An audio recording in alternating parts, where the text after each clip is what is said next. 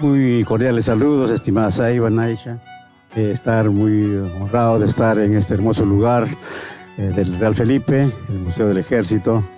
Y bueno, aquí con la tarea de seguir difundiendo y haciendo la salvaguarda de nuestras tradiciones del Perú profundo.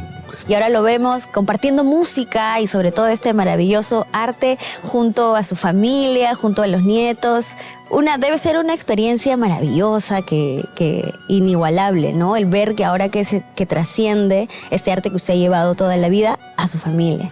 Sí, muy orgulloso ya que se han integrado a nuestro Centro Cultural de Chimangolares mis dos nietos, Andrés y Valentina, que están ahí bailando lanzar tijeras, y también otros compañeros que estamos formándolo para poder representar a nuestra querida patria en los diferentes festivales que se avecinan, tanto en Europa como en Asia. Cuéntame esta emoción que te causa también el tener que estar al lado de tus nietos y estar también presentando un espectáculo maravilloso que se está trabajando en eso. Cuéntame, maestro. Bueno, sí, estimada Saiba, estamos con mucho anhelo de seguir mostrando nuestros trabajos de investigación.